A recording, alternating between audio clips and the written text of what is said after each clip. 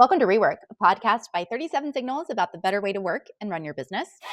I'm your host, Kimberly Rhodes, and I'm joined by the co-founders of 37 Signals, Jason Fried and David Heinemeier Hansson. Well, we always are talking about remaining profitable as a company and the importance of doing that. This week, we're talking about doing that through controlling your costs. Jason recently wrote about your competition isn't necessarily other people, but it is in your costs. So I thought we would dig into that today. Jason, do you want to start, give us a little bit of background about this write-up? And then I have a couple of questions for you guys about how you actually do this in business. Yeah, this comes up all the time. You just hear about competition online and everyone's worried about what everyone else is doing all the time. And it's like, just make your own business work. Like, that's it primarily. I mean, of course, other people are, you could say, hurtling issues at you. So you can't make your own business work if everyone's taking your customers. But that's just, most venues or most, arenas that most people are fighting in are quite large, with large numbers of people and large, big, huge audiences. The idea that everyone's going to capture everyone else and you're just going to be left alone, I don't buy it most of the time. Of course, there are zero-sum markets. Most of the ones that I see people talking about are not. There's plenty of room for plenty of people, and you just got to make your business work. So if you're worried about the competition, but you have 700 people and you're losing tons of money, like, your problem is you, not them. Like, why do you have 700 people? Why are you losing so much money? And this comes up too when you talk about things like Hey. So Hey, of course, is a relatively small product with a relatively small customer base. If you compare it to Gmail, which has 1 billion users, we have tens of thousands of paying Hey customers. Now, for Google, that would be an abject failure to only have tens of thousands of paying customers. For us, it's fantastic. So it's because our cost structure is different than theirs. And so if you make your own business work and you make your costs work, you can build a great business that just works for you. And you don't, in some ways, have to worry so much about what everyone else is doing, because if you can make it work for you, it doesn't matter what they're doing. Everyone's trying to make it work for them. That's fine. So anyway, I always want to talk about this because I get so frustrated when everyone's just always pointing around and going, we can't beat them. We can't beat them. I'm like, well, what are your costs like? Like, well, we got it. I'm like, well, you have too many people. You have too many costs. Like, of course, you're not going to be able to beat them with the cost structure you have. So it just annoys me and irritates me when people talk this way and worry too much about everybody else, yet they're not pointing the lens on them, essentially. One of the main fallacies here is the idea that not only are you in a commodity space, but that the customer is a commodity too, that any customer is the same as any other customer. And that's just not true. Out of all the customers, for example, who are looking for an email system, a large number of them, they're just looking for the cheapest, free. They don't really care whether it does this, that, or the other thing, or whether they feel better when they're using it. They're just not optimizing for that at all. That customer, not accessible to us. No matter what we do, simply by putting a price on Hey, we've cut off a huge part of the market. But the market is bigger than huge. It's humongous, enormous, fantastically large. It's literally everyone who is online needs to have an email service. So we can just focus on that part of the potential customers who would pay for it. It's a small part compared to the 1 billion plus users who would use Gmail. But when we focus on them, we're not competing about the same stuff. And this is, when you think of a market, it's not just one big blob that you're competing with someone else against directly for the same individual. You're very often competing for slightly different profiles. And when you're able to hit that profile, sometimes the segment is too small. If we were able to appeal to 50 people who wanted to use Hey, do you know what? We could control our costs all day long. It wouldn't matter. We could never make that a profitable business. But when you look at something like email or most other business domains, there are tens of thousands of customers, hundreds of thousands of customers, millions, if not billions of potential people who would use something like that. It is so much easier to realize, all right, we don't need them all. We can focus, as Jason says, just on the cost that makes this work. And then we're going to find a group of customers who are not like all the other ones. It'll work out just fine. And what's so nice about focusing on cost is that you're focusing on something that's within your control. When you're focusing on whatever the competition is doing, you can't control them. You can't decide what their roadmap is going to be. You can fret about it. You can stress about it. And what good is that going to do to you? Exactly. You can do something different. Are you not already pursuing your best ideas? Are you not already working as well as you think you could? If so, again, you're just competing against yourself. Just do that. Just set your foot forward with your best ideas, with your peak competence. Now you've given it your all, essentially. And now you can focus on the things that are within your control, like building a product that you would want to use. We've talked about that in another episode. The B1 is for you. You build something that appeals to you, hope that there are others like it, and come up with an entire package that is functional because it's self-sustaining, because it's under control. The costs are under control. Okay, so I do have a question for you guys about how you think about costs for the entire company, because obviously 37 Signals has multiple different products. Do you think about Basecamp expenses separate from Hey expenses separate from Once, or do you kind of just jumble it all together since it's all under one umbrella company? For the most part, it's jumbled, but there are areas, for example, support costs. So Hey, Hey's only $100 a year, right? So it's about $8 a month or something like that if you were to break it down. We can't spend $7 a month on customer service for something that we charge $8 for. So there's some areas in which we've made some adjustments, like Hey's support is very costly relative to the price, so we have to figure out ways to bring that down. Basecamp, we're a little bit less concerned about that. So there are some areas like that, but personally, I look at the whole package, everything we're doing. Does it add up to us making more money than we spend? If we're good there and our margins are healthy, I don't care personally really where it comes from. In a sense, you should know, but I'm not going to dial back costs on one thing and ramp up expenses on another one just to kind of make something aesthetically balanced in a certain way. But there are areas you have to know what your pricing is. You have to know what your costs are per product in a sense, and make sure that you're not spending more than you're taking in. I mean, that can happen very easily. This actually was an issue for Hey for a while. We brought the cost down. I think we're 3 or 4% now for support costs to support that product, when it was about twice as much before. And that'll add up and take your margin away. And once your margin's gone, you've got a bit of a problem there. So I think we look at some areas, but I mean, personally, not every little detail. This is one of the few times where I think back to my business school degree. And I think it's my Michael Porter book, and it had this quadrant. Everything in business school is a quadrant. There's 4 spots here, and we'll put something into it, right? And the quadrant went something like, if you're running a company with multiple products, you can have products that are in different stages in their life cycle. They can be the thing that most people have heard about a lot is cash cow. It's a stable product. It's been around for a long time. It's not necessarily growing all that fast, but it's producing a lot of cash because it is producing a lot of revenue because it's got a bunch of customers. Okay, so you got a cash cow. That's good. That's a foundation of most businesses that are durable, is that there's at least one cash cow in your damn farm. Then you can have something like a dog, also not growing, but also not contributing that much revenue, perhaps because the expenses are too high. So, all right, you got to balance something out. Maybe you have a dog or 2 dogs, but you like them. They're really nice dogs. They're little corgis. They're little whatever, just cute dogs, and you want to keep them around. Fine. If you also have the cash cow, right? If all your business is a bunch of dogs and none of it is growing and it's barely there, you know what? Maybe that's a pound or in-pound or whatever it's called. That's nice. You could do that too. You can't employ a lot of people. You can't pay them a lot because you're constrained. Then you have your shooting stars, which is a company or a business unit that's perhaps not that big yet, but it's growing fast. It's not contributing a bunch to the bottom line. And then, as always goes, these 4 things. I forget what the last one is. But when I think of it, it's those 3 that stands out: the dogs, the cash cows, and the shooting stars. And you want to have something in your portfolio where, for us, the cash cow is Basecamp. It's been Basecamp for a long time. Basecamp is what pays the whole party here. It pays for us to have some dogs. Those are the heritage applications that aren't growing anymore. And then some shooting stars, like something like Hey. And we can take the money from the cash cow and we can invest it into the new ideas. Because the normal way this cycle goes is, at some point, your cash cow is going to turn into a dog. That's just what happens in most businesses. At one point, Apple's iPod business was amazing. And then it quite quickly turned into a dog. And then Steve Jobs unceremoniously just took it out back and family-friendly podcast. Send it upstate. Send it upstate to live a nice life on a farm somewhere. And then you can buy the product anymore. So I think part of it is just to have that mix. But to have a mix, you got to have a foundation. There's got to be one part of the business that's working so well that you can afford to have the shooting stars and wait for those to grow into larger businesses.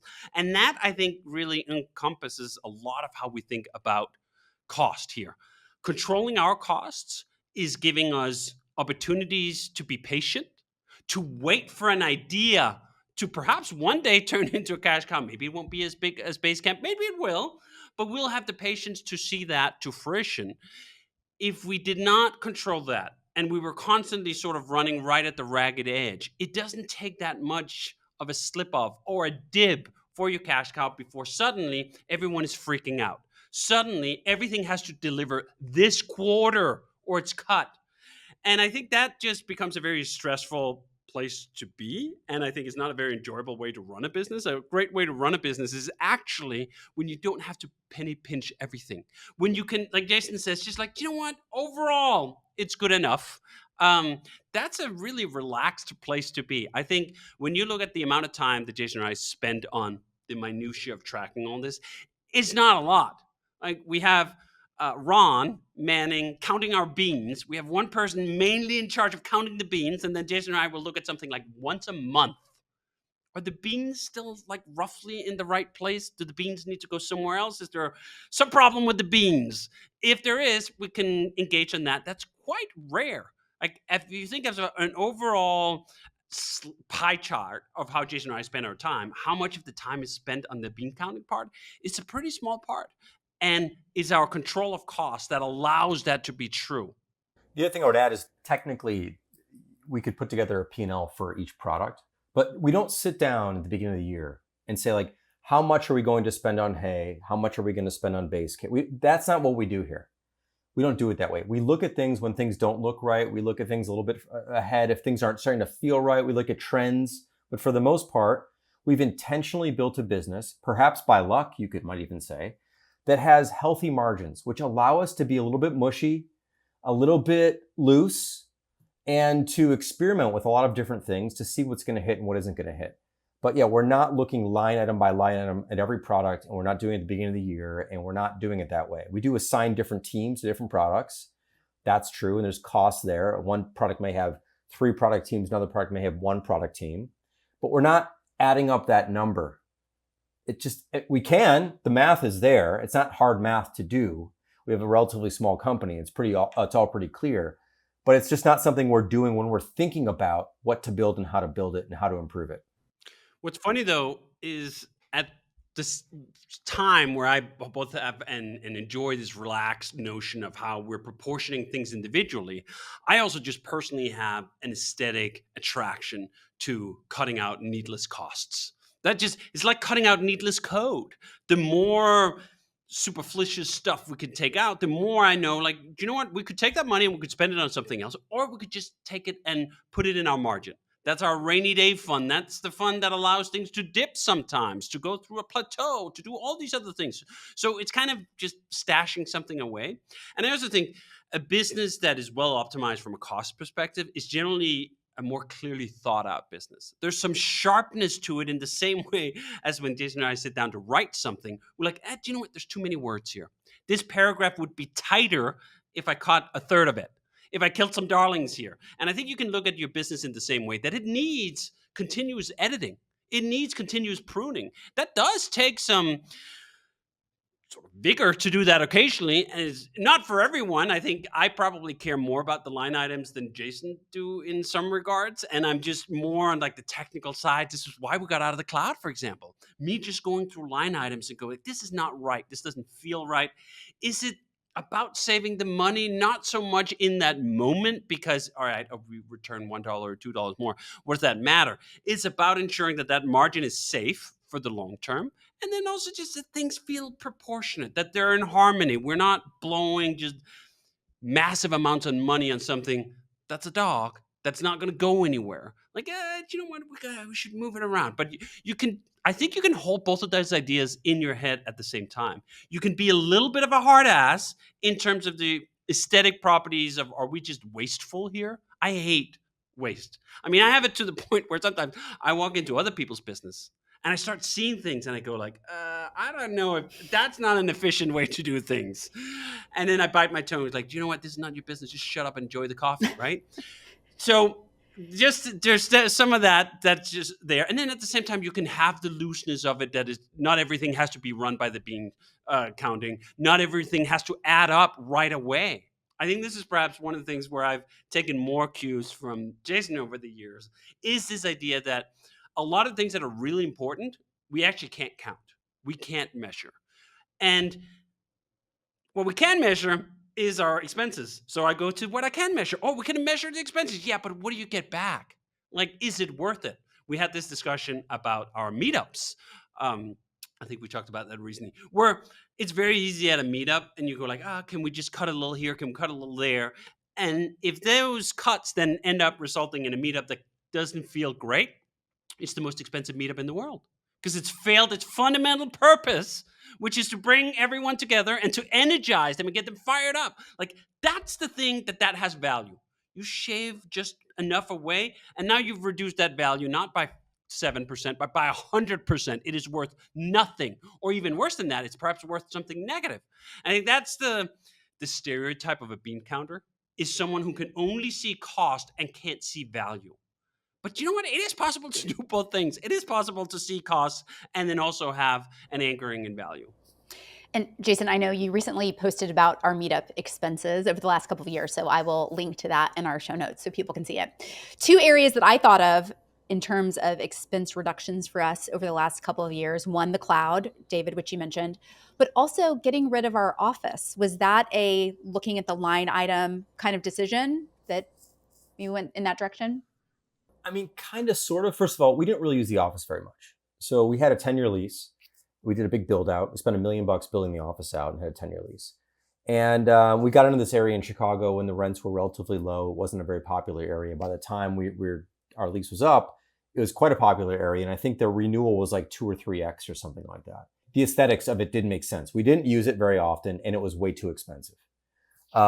We did, for a short period of time, begin looking at other office spaces, though. And then go, no. And then this happened during COVID. We're like, we're not going to why get another office space now? It's ridiculous. It's silly. We don't know what's going to happen in the world. So we didn't do that. So we actually end up, in a sense, spending more annually on what the office was for. The office was primarily for meetups, actually. So we brought everyone to Chicago, and we didn't have to pay for a venue because we had everyone in Chicago in our office space. We had to pay for airfare, of course, twice a year. But I think the meetups now have surpassed the cost of the office. But what it was for me was not so much the rent spend. It, again, was kind of the aesthetic. Like, this is not worth it.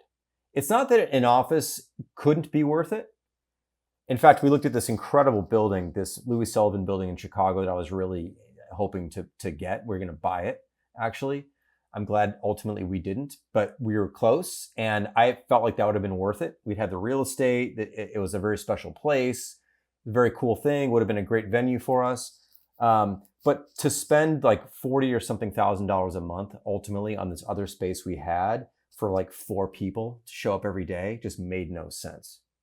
So it wasn't that we didn't have the money.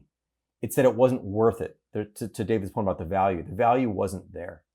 And now what's cool is the side effect of that is that we don't have an office, which is we save money on rent, obviously. But now we also get to explore the world a bit more. So twice a year, the whole company gets to go to different cities around the world, which is a wonderful thing that we were not doing before. So loosening that up, letting that go, allowed us to now go to Amsterdam, go to Barcelona, go to Miami, go to Montreal, go to New Orleans, wherever we're going to go next, right? So now we get more out of it by not spending for the other thing. I think what's key to me too is a sense of proportionality.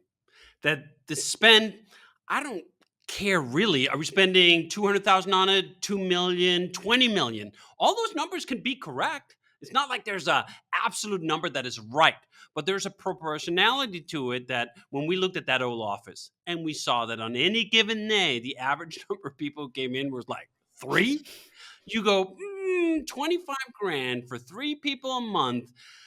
That's like a big chunk of their salary. Like, even if just as a thought experiment, you just said, do you know what?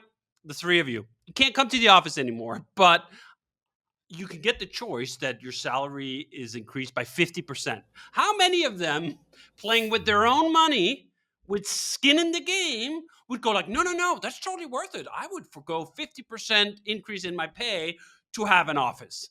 None of them would. And I think that's why the aesthetic component is so dear to us in some ways. We're playing with our own money. We're not playing with investor money. And I think this is one of the big differences as to whether you're an owner of a business or you're quote unquote merely an operator. If you're operating someone else's casino here and it's not your money, you're going to have a very different relationship to cost, I think. And you're not going to be able to get that gut instinct, that gut taste of whether something is proportionally worth it. That gut taste is uniquely calibrated by the idea that you get to keep what's left over. And as owners of the business, Jason or I, we get to keep a large part of what's left over. We also have the 10% profit sharing plan such that all employees at the company get to keep a slice of what's over. And that gets you skin in the game. Then you start thinking about these things. For many years, especially early on, I had a ratio key that basically said, if we spend $1,000 on that, that is going to be this exact number of dollars out of my pocket I could have spent on anything else that I wanted to. I could have gone racing. I could have bought a new computer. I could have all these other things I could do, right? And that sense of having some direct relationship to cost, I think is just, it's like a cheat.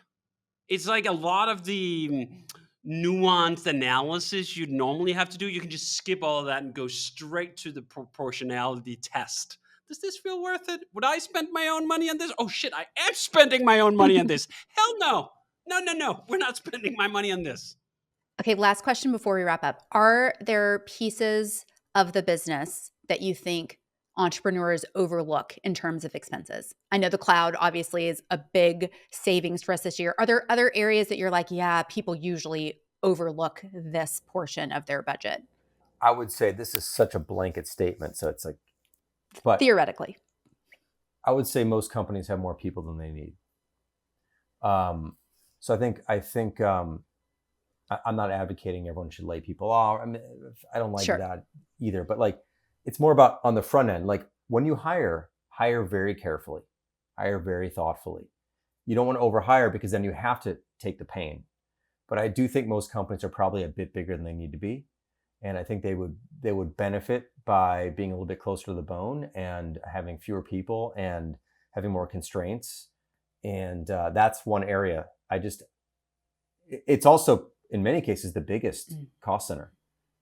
So especially in the tech world where salaries are very, very high. So, I think that's one of the areas I would say, again, not to like go cut your company in half, but when you hire people, be very careful about adding people. What I think is interesting about how big should the company be is that it's very rare that you get these back-to-back tests. Like, could this company be half the size? Usually that's a traumatic experience. I guess it'll always be a traumatic experience, but it'll be a traumatic experience because something happened to the company, as in it lost many of its major accounts. And all of a sudden there simply just isn't revenue to do it. We've used the Elon example in the past, which was perhaps the most unique A/B test of this, where you here's a major platform that's existed for many years. It has a stable baseline. And someone comes in and says, I wonder if it could do with just 20% of its employees. And somehow it could, right? Like there's a long discussion we won't go into as to the business prospects of that came from the ad sales that collapsed from it. But sort of the operating of the business, that's a fascinating fact. That's a fascinating fact. And I think it could work in both directions. You could also imagine, for example, as we did at once upon a time, what if we had double the number of people? Like, could we just be vastly better and get way more than double back? We could get 4 or 5x back. So I think this sense that wherever you are right now has this propensity to anger you. Like this is the right place. We can go 5% below, 10% below, or 15% above that, when in reality, it's all up for renegotiation all the time. We just don't allow ourselves to think in those levels. We're like, what if we had 80% left? Like that was the craziness of Elon in his case. And in other cases, you could go the other direction. I'd say number 2 is, when it comes to software companies, is absolutely how much money they spend on their computing. And this is why we got out of the cloud. Literally because we went through our expenses and saw, yep, salaries is number one. That's the biggest line item. And then line item number two is how much money we send to AWS every month. Like, there was something in that just struck me as fundamentally disproportionate. Like, what we run should not be that expensive. In fact, I remember when it did not used to be as large of a percentage of our spend. What really actually radicalized me on this point was doing the specific analysis on Hey. Hey is a much more expensive application to run than Basecamp because each individual user on Hey, like, this is their own personal email, and they might get gigabytes of that stuff all the time, like thousands of emails every day. You don't get thousands of messages in Basecamp every day as an individual user. So, and we had launched Hey in the cloud. Everything was on cloud. And the amount of money we were spending, I think at one point we made it up, something like $30 out of the 100 we were spending went to AWS. So we'd take in $100 from the customers and we'd go like, hey, here's our AWS, here's 30 of that. Like, what? That feels totally disproportionate. It was way out of line with what we'd ever spend on Basecamp. And we'd go like, all right, fine. It should be a little out of line. It's more, but it doesn't feel right. And now we've reduced that by over half. And now we're at something, I think, like $10, $12 or something else like that. That feels, now we're touching something here. That feels more proportionate. That feels about right. But it came from looking at something specific and then go, it's not right. So that's why we started the whole cloud exit thing. And then we realized once we started unwrapping the Hey thing, oh, we can also unwrap this thing and that thing and that thing. Now we're getting out of all of it. The latest thing being S3, and there were even more savings in that bucket, right? This is also sometimes what scrutiny can do. You notice one line item, and it goes like, doesn't pass the smell test. That's a little stinky over there. And so you take that apart and you go like, wait, hey, have you seen the other line item next to it? That kind of also doesn't feel right. And you start just unraveling all this stuff, and before you know it, there's a bunch of line items you'd like to have a look at and you'd like to look through. I remember last point on this was not in the same category as the other two, but our SaaS costs. I went through what do we pay in our subscriptions to other people for SaaS software. And I saw some of those line items, most notably Datadog, which was an analytics platform we had used for just a little bit. And I think when we signed up, we had spent something like, I think our initial bill was $45,000, which already I remember at that time was like, Jesus, that is expensive. And then I saw the renewal, and I think the renewal was going to be $83,000. I'm like, no, that's preposterous. It is absolutely preposterous. We're going to pay someone $83,000 to run their software on something that was really nice, but kind of partially optional in some regards. It felt like such an extravagant luxury. In a way that, like, I don't know, if you're freaking Google, fine, $83,000 spare pocket change somewhere. Not for us. $83,000, again, I'll do the ratio, right? Like, how much of it? Oh, shit! What? That's a ton of money. So we ended up cutting that as well. And I think actually for companies that aren't in the software business, their SaaS budget may very well be one of the top 3, top 5 spends that they have in their company. And if you go through that line item by line item, you might be sort of disgusted in a way that the sticker price never would. Oh, it's only $12 a person. Yeah, but you're using 27 tools, dude. And don't do it per month, do it per year. 27 tools times your 175 employees times 12 months. Like, what? Crazy numbers. And you never pay that off. That's the other thing. You never pay it off. So you're not paying it down.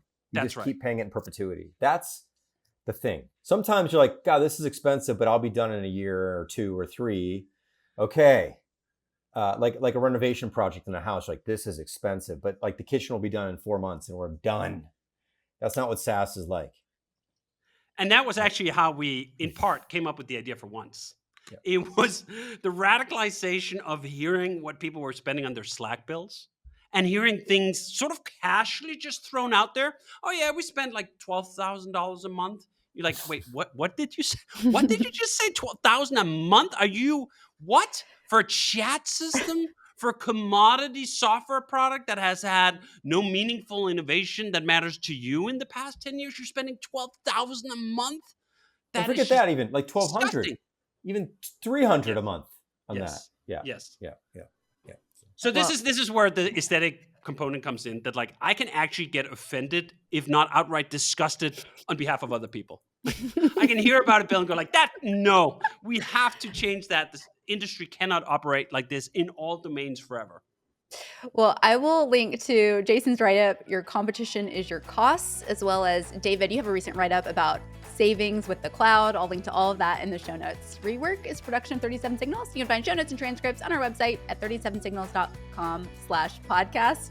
Full video episodes are on YouTube. And if you have a question for Jason or David about a better way to work and run your business, leave us a voicemail, 708-628-7850. You can also text that number or send us an email to rework@37signals.com.